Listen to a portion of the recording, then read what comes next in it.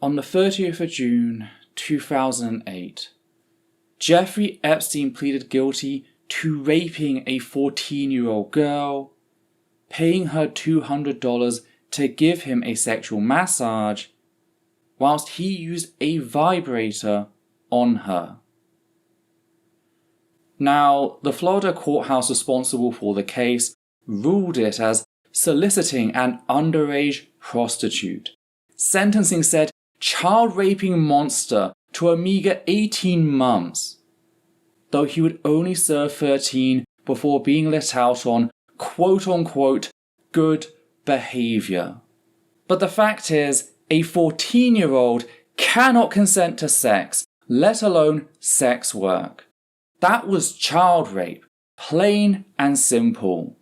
Any reasonable human being can see that and will understand that the sentencing itself was unjustly low.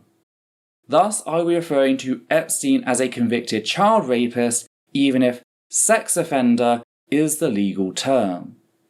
Because that is a small piece of justice I can offer said victim in remembering said violence for what it actually was, regardless of the legal system's many failures. And anyone who wants to argue otherwise can publicly defend how a 14-year-old can consent. Let the predators mark themselves for who they are. Well, a decade later, after all of this was publicly known, the production team working on J.K Rowling's Harry Potter and the Cursed Child invited said convicted child rapist and child rape trafficker to the premiere of said play. A play which, again, was centered on Harry Potter, an intellectual property aimed at children, yet Rowling did absolutely nothing. Said absolutely nothing. And that's not the only piece of evidence connecting Rowling to the infamous child rape trafficker, nor is Epstein the only paedophile she has connections to. Because yes, gender-critical fascism's sexualization and even grooming of minors goes beyond Epstein, as we'll see today. We will, of course, be talking about child sexual abuse, but I would also like to give a warning for transmisia, anti-Semitism, victim-blaming, Nazi fascism, and the trans predator myth. If our work has helped you, please consider supporting us via Patreon so that we can keep the channel running. You can also help us by liking, commenting, and sharing our work on social media. I'd just like to take this time to remind our viewers that the statements made throughout our videos are the opinions of myself, the host, based on the evidence I have available to me. They are not and should not be taken as unquestionable fact, which is why we reference everything, because we're fallible. Thus we try to give you, the viewer, the ability to check all evidence yourself in order to make up your own mind, which is what the reference numbers in the top left corner are for, being numbers that match up with the reference list found in the transcript linked down below. As such, we encourage all viewers to do their own research to reach an informed conclusion about the topic. Hi there, my name's Ethel Thurston, she, her, they, them. And today we need to talk about the fact that J.K Rowling is in the Epstein Files. And not like, in a good way, a la Rebecca Watson, who Lawrence Krauss cried about in emails to his daddy child rapist because she wrote an expose of the two. No. The emails we currently have make clear that the notorious child rapist had access to Harry Potter spaces with children, was possibly an acquaintance of Rowling, and perhaps even a personal friend. And that last one really isn't as unlikely as you might think, seeing as Rowling is a known friend of Marilyn Manson. You know, the guy who boasted about giving women stronger drinks than himself so that he remained sober whilst they got drunk, before going on to rape them. That Marilyn Manson.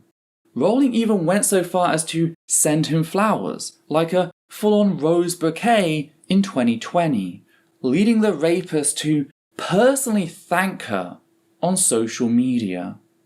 But returning to the Epstein Files, Rowling is found in a number of documents, yet very few have any sort of substance. From what I've seen, there's two main incidents or events people seem to be focusing on right now as having the greatest merit, and a potential third that's worth discussing in relation to Rowling's behaviour since the news first broke. Though, just a heads up, I will not be talking about her yacht, as that whole situation is, frankly, a dumpster fire to the extent that I'm wondering if one of Rowling's supporters invented it to distract from and discredit everything else. If it turns out to be more, I'm sure I'll return to it in a follow-up video. The first incident centers on an invitation to the opening premiere of Harry Potter and the Cursed Child on the 22nd of April 2018. The invitation found in the document is for both parts 1 and 2, as well as a dinner in between and a party afterwards. One thing to keep in mind is the fact that all guests were expected to RSVP by the 3rd of April, as this detail will become important in a few minutes. The next is an email exchange between Rowling's production team working under Colin Colander, Epstein's team, and Peggy Siegel, starting on the 20th of April 2018 at 9:50 AM. The emails are of Siegel trying to secure Epstein and a guest tickets to the exclusive Hogwarts dining room dinner. Now, at one point the person on Rowling's side asks for a name for the door, and Siegel tells them to work with, quote, Jeffrey Epstein's assistant, end quote.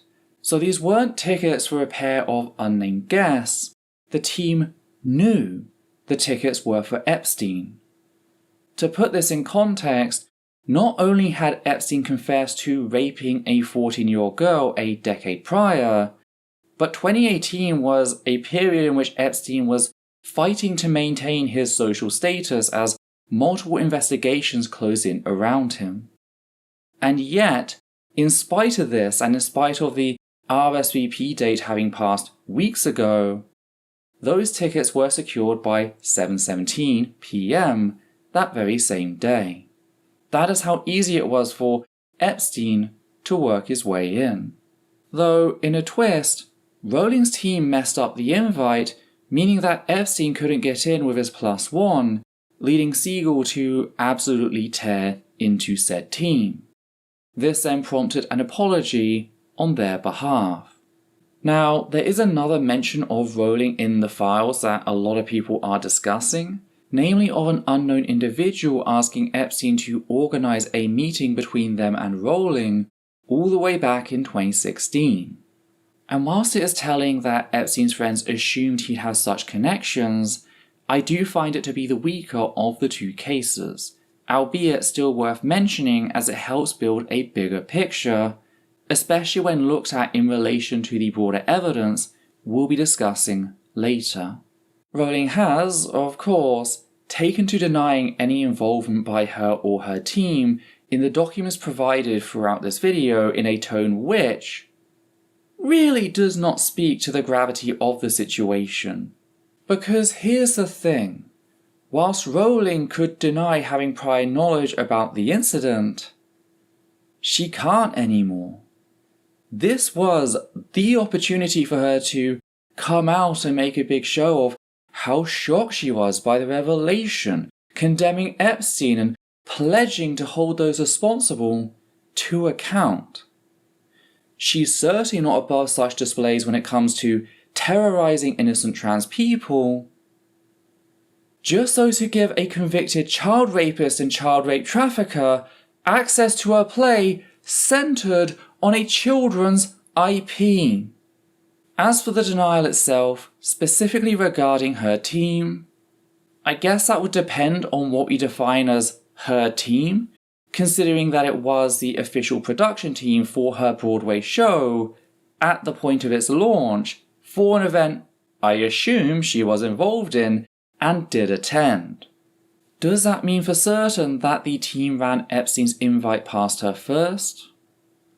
Sadly not. In the same way that one of Epstein's friends assuming that he knew Rowling didn't mean he did, this isn't as definitive as many people are hoping, not on its own. That said, what is absolutely fair game to criticize is Rowling's refusal to condemn Epstein in light of this. Because let's just stop for a second. If you discovered that anything you've been involved in had somehow been implicated in Epstein's attempts to maintain his status and access to children, even if at no active involvement of yourself, merely your name being on the invite, wouldn't you condemn that? Wouldn't you speak out, demand that whoever had been involved be fired, publicly burn as many bridges as needed to try and undo the damage, while sending out a warning to anyone who might even think about crossing that line? Because I would. But it seems that what this trans woman would do is a step too far for Rowling, a fact we will return to later in relation to her silence on Prince Andrew. That said, there are a few observations that I wish to note. The first being the complete absence of any legal notice. Rowling has, historically, been very quick to threaten defamation lawsuit against anyone who so much as criticizes her endangerment of women and children via the proliferation of gender-critical fascism. And whilst it's possible that that is cooking in the background, as of writing and recording this, that just isn't the case. And I have a hypothesis for why that might be. If she made such a threat, there would be a very real possibility of things going to court. Yes, Rowling could, in theory, pull out at any point, like Graham Linehan did when he threatened Essence of Thought back in 2020, and Rachel Oates did in 2023. But if she did, that will become the focus of international news. The question would then become, why is she, the one who instigated things, avoiding court? What does she have to hide? It's not like she lacks the money. She could buy the best lawyers 1,000 times over. Yet, if things do go to court, that would open Rowling to the discovery process, which would potentially make any actual connection between herself and Epstein a part of public record. The only way she could actually win in such a situation is if the person making the claim backed down before court, or she was telling the truth. So I can't help but wonder if her hesitancy here might be related to that risk, a fear that she might threaten someone like me who is absolutely willing to self-destruct for the mere chance of uncovering further connections between herself and Epstein. This is actually something I've seen in the past, namely when professional Nazi rally organizer Kelly J.K. Minshall was being publicly scrutinized for organizing a series of Nazi rallies across Aotearoa, by which I mean they weren't merely attended by gender-critical fascists in denial of their fascism, but old-school, Sieg-heiling Nazis who fully embraced it. Now, many within the gender-critical movement, Rowling included, wanted Key Minshall to take various journalists to court for reporting on what we knew, namely how members of the Sieg-heiling Nazis said they'd been invited, how they'd been welcomed by Key Minshall's group, Let Women Speak, and how the police had reportedly merged the two after checking with the LWS organizers. Rowling even pledged her near-infinite wealth to pay Minshall's legal fees, an offer she was never taken up on. Why? Well, the discovery process. If things went to court, there'd be a very good chance of any invite and/or police testimony being made a part of the legal record, and it's much harder to deny and threaten once that's the case. We've also seen this very scenario play out with regards to Epstein over in the US, with Donald Trump campaigning on the pledge to release the Epstein Files, only to change his tune and feign disinterest the moment he came to power. We saw how said strategy has fractured the far right in the US, as more and more evidence kept coming out that Trump himself had been to Epstein's Island and had raped multiple girls. How cracks have begun to form in the Republican Party. Which brings us to the third incident people began talking about just as I was wrapping up the initial draft for the script, and that is an email exchange between Epstein and an unknown individual in 2013. It starts with Epstein writing, quote, April 4th, Ehud Barak, Peter Mandelson, etc. You are again invited. The pronunciation of again appropriate. End quote. To which our anonymous recipient replies with, quote, I don't know what you're trying to say, wordsmith. I can't go around flying places for dinner parties, although I'd love to. I may be in New York the week of the 8th, but not sure yet. End quote. Leading Epstein to respond with, quote, I'll explain again when we meet. I of course would pay your ticket if that is the issue, rather than the lack of available time. End quote. To which our anonymous recipient replied once more, ending with, quote, Of course you would. I know that, and thank you. But if I don't see the inside of another airplane or New York until summer, I will be a happy woman. I'll let you know when I'm next there. Have fun on the 4th. Signed, JX. End quote. Now, who is JX/JKiss? Well, we know she's a woman who travels around a lot, yet dislikes air travel. We also know that this was how Rowling used to sign off to her personal friends on Twitter around the same time. Now, Peter Mandelson is a high-ranking Labour Party politician, or at least was, whilst Ehud Barak is a former Israeli Prime Minister. And whilst it might seem strange for Rowling, a children's author, to be invited to an event with them in 2013, it really isn't.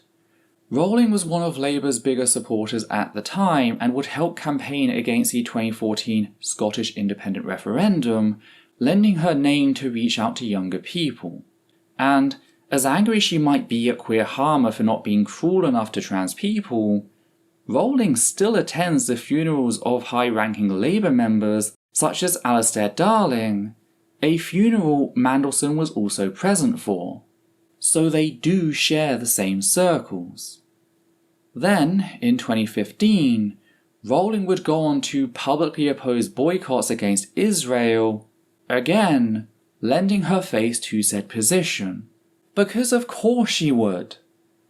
Now, this isn't me saying definitively that it is her, I'm merely showing that it could very well be, that Barak and Mandelson being listed don't exclude her as a suspect. We just don't know for certain. But that would explain Rowling's lack of legal bravado. Whilst getting those emails de-anonymized from the US government would be a pain if not outright impossible, getting a court order over here is much more likely. Though, again, this is all speculation on my part as a legal layperson. And sadly, that is mostly what the Epstein Files contained. Pieces which seem to fit in a grander puzzle, yet not enough to create something definitive. Though the Epstein Files are not the be-all end-all to Rowling's horrific behaviour, and I'm not even talking about her bigoted violence here, although that would absolutely be enough to destroy her in a just world. I am on about her history of enabling and empowering those who sexualize or have even raped children. Just last year, we published our video, J.K. Rowling Remains Silent Over Prince Andrew's Visit, which discusses how Rowling, self-declared defender of women and children, said absolutely nothing as the child-raping scum was given a tour of the set for Rowling's new Harry Potter TV show, a set on which there were literal child actors. Again, I don't know if Rowling was aware that the tour was happening, by sounds of things, Andrew just sorta turned up. But her silence after the fact became public knowledge was deafening. Rowling talks about standing up to predators, and yet said nothing as a child rapist was given access to the show centered on the brand that made her who she is. But as it turns out, it wasn't just Andrew she was silent over. In that video, I actually noted how Rowling, again, self-declared defender of women and children, hadn't said anything about Epstein or supporting his victims. The closest she came was sharing an article following Virginia Giuffre's death, without passing any comment on the man who had raped her, i.e., the very same Prince Andrew who was then given access to children working on her HBO show.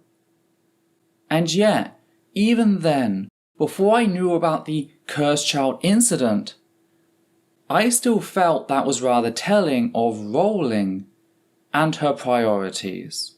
Yet at the time I focused on a lack of support for Epstein's victims as apathy, as Rowling showing us that she didn't really give a rat's ass about women and children, certainly not victims of child rape, that it was all a show, and actually put on as a means to demonize trans women, presenting us as inherently predatory, in spite of cis people being a much greater danger to us than we, them. That has now changed. A part of me can't help but wonder if she kept quiet out of fear, that she was worried of drawing attention to the issue in case any incriminating documents should be released. Another one of Epstein's associates she has involved herself with, this time singing his praise, is none other than Donald Trump, as seen in this post in which she celebrates him being surrounded by small girls, conveniently ignoring the fact that he had been credibly accused of raping a 13-year-old girl on Epstein's Island, among other things. That was not ignoring, that was actively glorifying the actions of a man who rapes little girls as he is surrounded by little girls. So that's Epstein, Prince Andrew, and now Donald Trump, all child rapists with connections to Rowling in one form or another, with some of them receiving her open admiration, as seen with Trump. Yet it goes deeper. I mean, she's the person who praised Lolita, a story in which a 38-year-old man kidnaps and rapes a 12-year-old girl, as a quote, great and tragic love story, end quote. Now, there is no love in either Lolita or child rape.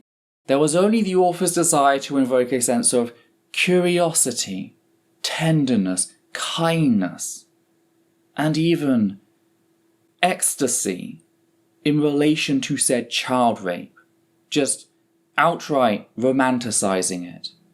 That is what Rowling labels love. And as a survivor of child rape, I will absolutely judge anyone who praises said book in such a way. By the way, this is the very same Lolita from which Epstein's jet, the same one used to traffic hundreds if not thousands of children to be raped, was given its nickname, aka the Lolita Express. Just wanted to point that out. Yet it gets worse with the sexualization of minors being baked into Rowling's very ideology. Gender-critical fascism has, as its fundamental beliefs, two core tenets. Those tenets are 1. Trans women are cis men lying about being women to gain access to and assault real women, and 2. Trans men are vulnerable girls who have, as part of some insidious conspiracy, been misled into believing that they're men as a means to pressure them to undergo chemical and surgical sterilization. The words might change, but these are the two core beliefs that unify all gender-critical fascists. And it's that second one that's important to this discussion in how it treats trans men, trans boys specifically, as a sexual resource to be guarded from an external degeneracy, with most gender-critical fascists blaming Jewish people. This includes Rowling's personal friend Helen Joyce, someone Rowling has very publicly labelled her quote-unquote battle buddy. Helen Joyce asserted in her published book that it was a number of Jewish billionaires who are at the head of what is a quote-unquote global agenda that is apparently moulding society from the shadows. So straight up 1930s style anti-Semitism ripped from the pages of Nazi rag, Der Stürmer. Side note, Joyce was caught reading Harry Potter fanfiction describing racist sexual acts between underage characters on a public train. And while she asserts that this was all for research, I feel it would be remiss of me not to mention. But returning to the facts that gender-critical fascists view trans boys as a sexual resource being stolen from them, this is how they talk about said boys in order to whip up outrage among their fellow fascists. Up and down the country and around the world, girls are removing breasts that have never known a lover's caress. This is Alison Bailey speaking at an official LGBT Alliance conference, an AstroTurf movement known to be funded by the US far right, one of the largest anti-trans movements in both the US and the UK, with not a single member taking issue with Bailey's unnecessary sexualization of girls, so trans boys. Nowhere is autonomy discussed. It's all about whether Bailey and the rest of the creeps at the LGBT Alliance are being denied breasts they believe they are owed. Spoken like a true incel. And wouldn't you know it, Bailey is another close and personal friend of Rowling, as seen in this photo of a private lunch to which Bailey was invited. The lunch notably took place after the talk I just played you. More recently, the 2025 Supreme Court ruling passed in part due to the testimony of Nicola Murray, a supposed gender-critical expert on intimate partner violence, who was brought on to speak to the inherent dangers posed by trans women. Yet, not only was she a vile anti-trans bigot, but someone who was at the time being investigated for multiple counts of child rape and was subsequently found guilty. And yet, in spite of the fact that Rowling had personally donated £70,000 of her Harry Potter royalties to said campaign to Murray's case, with her openly celebrating the ruling as a plan coming together, Rowling was silent once again. And why wouldn't she be? I mean, one of the founders of the modern gender-critical movement, Greer, published a book titled The Beautiful Boy, all the way back in 2003, which she herself advertised as being, quote, full of pictures of ravishing pre-adult boys with hairless chests, wide apart legs, and slim waists, end quote.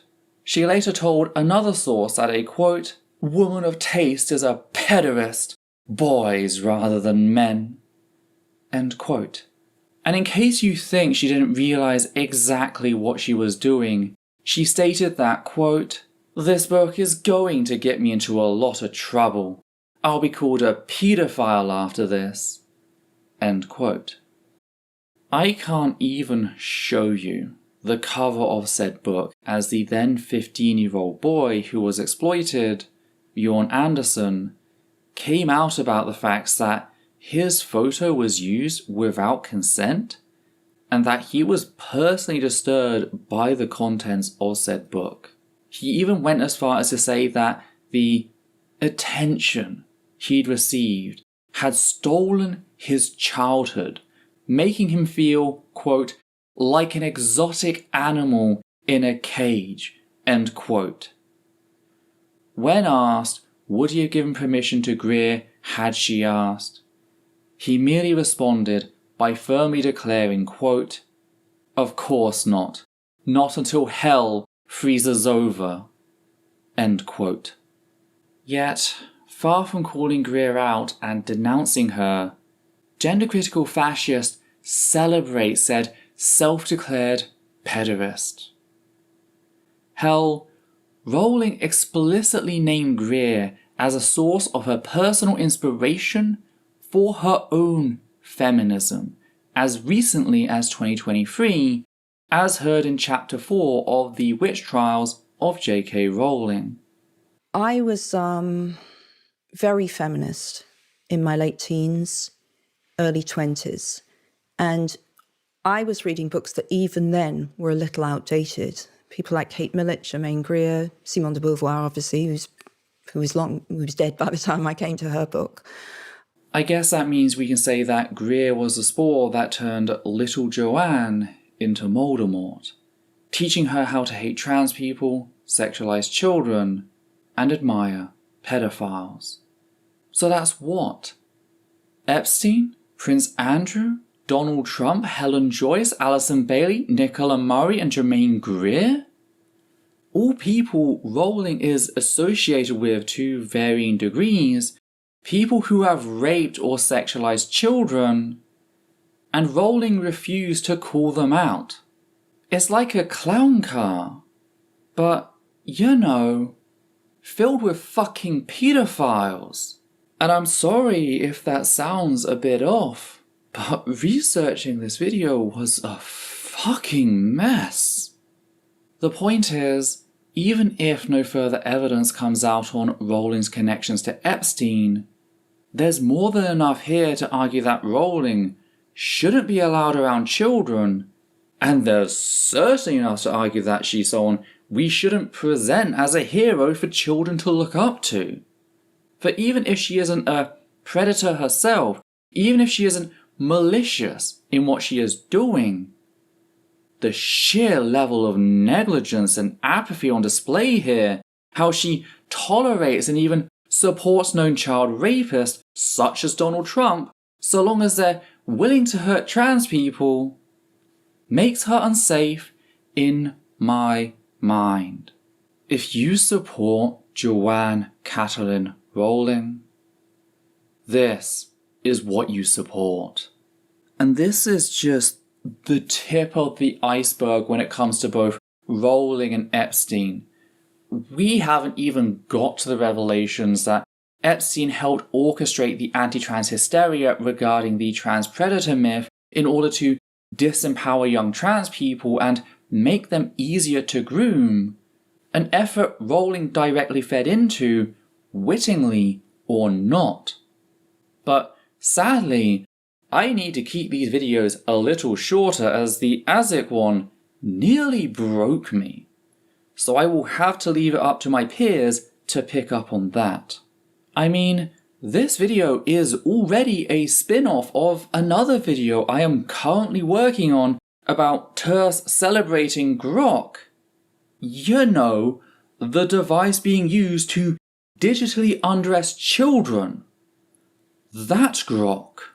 I have been a very busy fox these past couple of weeks.